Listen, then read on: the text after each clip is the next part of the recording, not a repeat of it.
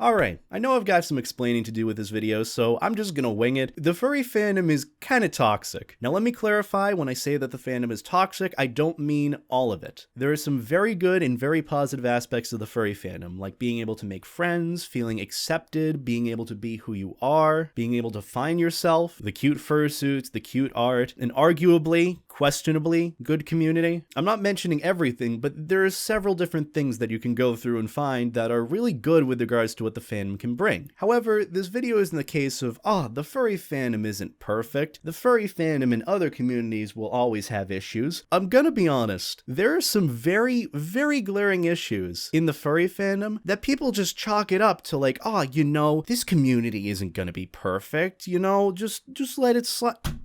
Seriously? But again, to clarify, this video is meant to go over the observations and sort of frustrations that I've had with how the fandom hasn't handled situations where they could have made the fandom better. Like I said, there's the argument that the furry fandom and other communities won't be perfect. I understand that. But when you also look at it in the perspective of an outsider looking in on the fandom, when they see these very glaring issues or these negative stereotypes with regards to furries, and furries themselves could fix this issue but don't, that's when I get frustrated. And this video kind of came to be from that idea of someone asking me, Beta, what in your opinion are the biggest issues with the furry fandom? Which, if I'm gonna be honest, this video could be 2 hours long if I wanted it to be. But what I kind of want to do is just go over what I'm thinking at the moment and maybe have some sequels to this. But as far as I know, I'm kind of the only furry YouTuber, or just fucker in general on this website, that's actually talking about these issues. And I'm not bashing anyone for not doing a video on this. I think the reason why they don't go over it is because the furry fandom and the audience that you might have as a furry, I'm gonna be honest, is so nostalgically toxic, it's unbearable. Like, if you discuss something that is honestly true and honestly bad, but people don't like, especially furries, they'll let you know, and they'll continue to let you know forever. But again, sorry, getting ahead of myself. Let's talk about why the furry fandom is toxic. Feel free to leave some comments below on what you think on all this, because I'm gonna be going through several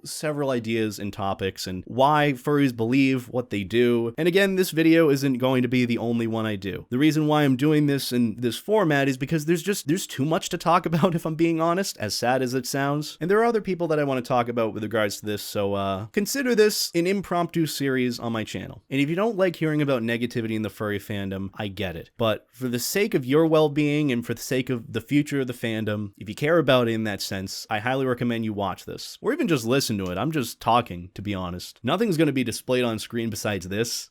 It's not that impressive to begin with. So feel free to put this on in the back, do whatever you like. I'm just giving the little disclaimer before I fully go into this. Okay, so there are two ideas that I kind of wanted to go over for at least the beginning of this, to hopefully branch off into the other ideas that I had. The first one being this idea of escapism, and the second one being toxic positivity. Oh wow, look at that, I'm mentioning toxicity in a video about the furry fandom being toxic. This is the first time I haven't done clickbait in a while. So if you haven't been on my streams or haven't seen any of my ranting videos on Twitch, you wouldn't really know what I mean with regards to unhealthy amounts of escapism. Which escapism is kind of a core concept to most hobbies, especially ones that revolve around geek culture. I've talked about this before, that furries are sort of a subculture within geek culture as a whole. You know, as a furry, you have an interest in fictional universes, these anthropomorphic animals that really have no tie to the real world. Maybe some, if you're that guy. But the furry fandom, or furry hobby, is intended just to delve into fiction, with role-playing, with fursuits, with fluffy animals and characters and personas,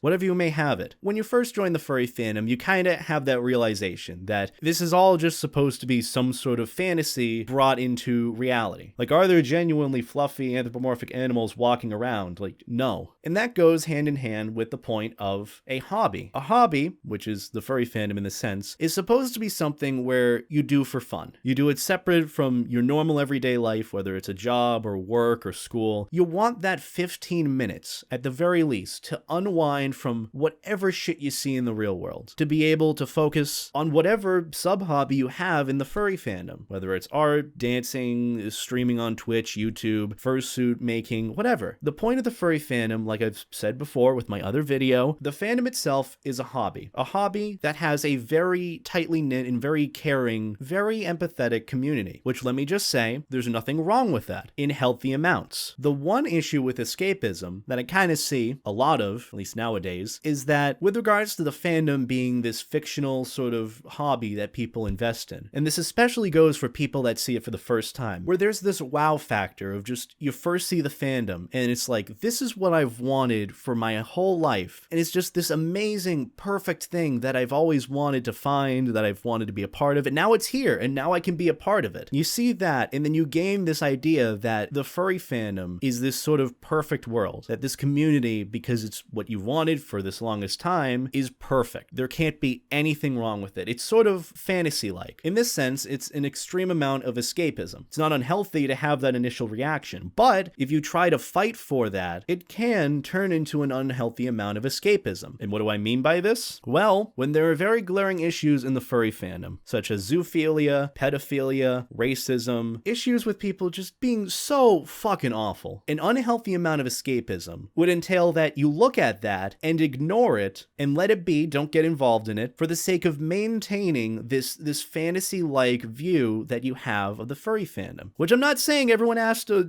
seek out pedophiles immediately, but I've seen it happen multiple times. And this is sort of going into the toxic positivity portion of furries, where, say you have a friend that it's sort of outed that they're a pedophile, or they genuinely are a zoophile, but you know them initially as this good, cool person that you love hanging out with. Or say it's someone you idolize. Say it's one of your fursuit crushes, an artist that you've always wanted to commission, that you love their style. Or simply, it was someone that was initially nice to you. I've seen people look at those situations where they've seen these people that are outed as just being generally awful people that should be nowhere close to the furry fandom, and they've either turned a blind eye to the situation, been like, oh, this doesn't involve me. I'm still gonna support them because I'm just getting art from them. I'm not really supporting them or friending them, whatever. Or they just go on to claim that, oh, I know this person. They're not really this. They're not a zoophile. They're not a pedophile. I really know who they are. And they're willing to look past these glaring issues for, in some sense, selfishness. Like, first off, I've never really understood that argument that people make of like, oh, I've always known this person. They wouldn't do this. My neighbor John, they wouldn't kill someone. I say hi to him every day. When, like, the issue with that argument is that the proof is right here. Like, yes, John killed this man. His fingerprints were found at the crime scene. He killed this man. So your argument of them being a good person is invalid. It's almost like when people join the fandom, there's this idea that everyone there is genuine and no one can lie to you. Like, the person that you're meeting is 100% who they say they are, when that is a load of shit. And this isn't me being cynical. This is me just saying that anyone can put on a facade. Anyone can hide their zoophilic or pedophilic or racist tendencies and be this good person to you, to me, to anyone. But when the proof is there that they're actually this way, that they're actually this, like, fucking evil and selfish, I just don't understand how you can look past that for the sake of that they're nice to you. If they genuinely cared about you, if they cared about the fandom to begin with, the community that we have, do you really think they'd be doing this in the first place? Don't you think that that sort of approach to it that they're taking is selfish? And let me clarify as well, because some people actually don't know this. The idea of the furry fandom being welcoming to everyone is such a double-edged sword, it's ridiculous. And I get it. I don't think we should necessarily gatekeep people coming into the fandom to begin with. But when there's definite proof of someone that is unsavory or just downright fucking awful, I think it's important that we take action in keeping them from participating in the fandom further, especially zoophiles, especially pedophiles, especially transphobic and homophobic people, because even those baseline ideas contradict what the fandom is about. The fandom is about acceptance. It's about finding yourself. It's about creating a safe space for the LGBTQIA+ community. It's about having a safe space for kids as well. It's about supporting local animal agencies that actually want to help animals in need. I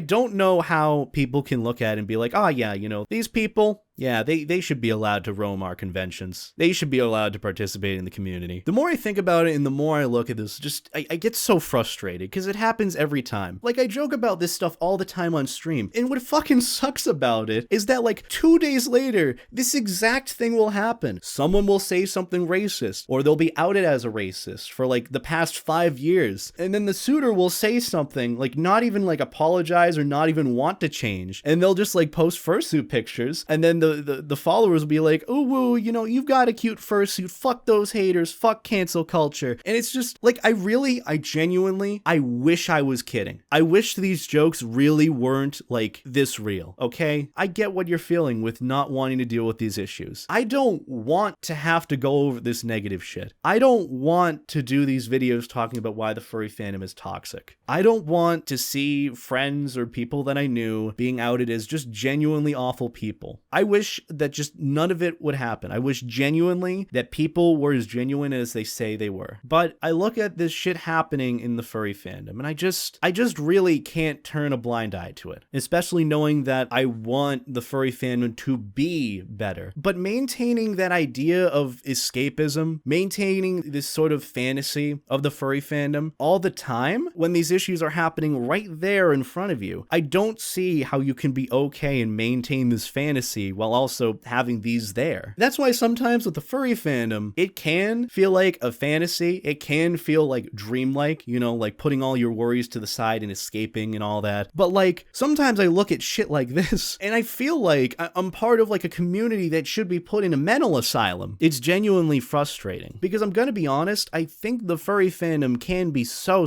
much better. But to go on to the other idea of toxic positivity, which in turn does very much overlap and relate to the idea of escapism, which toxic positivity, if you didn't know, in this sense, is tolerating intolerance. There's this idea that everyone should get along. And I used to believe this too. I used to do this idea of like, we should have more empathy, we should care for one another, we should stop spreading hate. I used to believe this. If you look at some of my previous tweets from like a year or two ago, I used to believe this, okay? But encouraging this idea of people to just get along with one another, when in reality, there are some genuinely bad people, is in some sense, it's kind of selfish. Why would you even remotely defend them? Oh, because they're your friend? Because they're nice to you? Well, their ideas are fucking evil and hateful towards someone that is also your friend and that is also in your community. And it's not even sometimes that. Sometimes people will look at it and be like, oh, you know, this friend of mine was transphobic or hateful or abusive to this other person, but I don't really know this other person. In fact, I've never met them. I don't know them, so they don't matter to me at all. Oh, I know they're a furry, but again, you know, it doesn't affect me, so I'm gonna still maintain my friendship with this person, because if I can't see them, then they did nothing wrong. Dude, if I didn't have a headache, I'd be implanting my head into my desk right now. I've seen this argument happen so many times, and it frustrates me to no end. So yeah, if you didn't know, this idea of tolerating intolerance, or just saying everyone should get along, we should stop canceling each other, we should stop fighting, that's actually toxic positivity. Because it's trying to enable this idea that everything is okay, and trying to force it onto others, when in reality, it isn't okay. So these two ideas of toxic positivity and unhealthy amounts of escapism are genuinely bad. Like, that's sort of the baseline of what I see is kind of wrong with the furry fandom. Now, for sort of the closing point on why you guys should care, even for those that aren't convinced of what I'm saying is true so far. I know a fair amount of people who watch my videos are young kids, or are people that very much care about the public opinion of furries. So non-furries, furry haters, just normal people, how they view the furry fandom, or how the fandom is viewed as a whole. I know obviously, you know, furry hate will never go away, people will hate it for whatever reason, but some of them hate the fandom for very genuine reasons, such as furries supporting zoophiles or defending zoophiles, or supporting pedophilia, defending pedophilia, whatever. There are these genuine problems that people take an issue with that furries just don't deal with. So let's leave things off on this note. There have been multiple opportunities for furries to act against these stereotypes, to act against these hateful jokes. This is the point that frustrates me the most. These furries will die on these hills of that furries are amazing and great and fight against these people that hate furries or fight for this overall good public opinion of furries. And then when a friend or someone they know is outed as a pedophile, they'll defend them or they won't say a word about it. But by not acting in this sense, even if you're taking a bystander approach, it enables the abuser's actions. It allows them to keep doing what they're doing, because if everyone just doesn't do anything with regards to someone being an awful person, no one says a thing, that person's going to continue to do it. So to sort of wrap things up, I want to ask a question to specifically my audience, the people that watch this video. I know a majority of you worry about how furries are perceived, whether it's by outsiders, non-furries, furry haters. You don't want to receive furry hate or harassment online for being a furry. Hell, you even worry about whether or not your friends or family will judge you poorly because you're a furry. You guys who watch my video worry so greatly about it. So think about it in this sense. When you go to commission art from someone who genuinely is pedophilic, or you go to commission a fursuit from someone who's just in general a shit person and is taking advantage of the furry community, what do you really want? In this specific sense, are you taking the side of materials over morals, or you just don't care what others think and would rather get that cute fursuit or get that cute art or maintain this fantasy-like sense of nostalgia? Or are you on the side of morals over materials, where you're willing to not support this artist anymore, not support this shitty person in general that's a part of this community, and you want the overall opinion from friends, family, outsiders, the general public to be better with regards to furries? What do you want in the furry fandom? Because if I'm gonna be honest, you already know what side I'm on with regards to all of this. And the point of me talking about this is to properly inform you guys on why some of these things really are issues. So just for sort of a closing remark, the furry fandom can be better. I know what I've been talking about has been severely negative, that a lot of what I've said seems kind of helpless, but trust me, if we take the right actions and genuinely value morals over materials, over this false sense of nostalgia, over toxic positivity, over a fantasy that really isn't a fantasy, then I think we can make the furry fandom better. And I get it. Change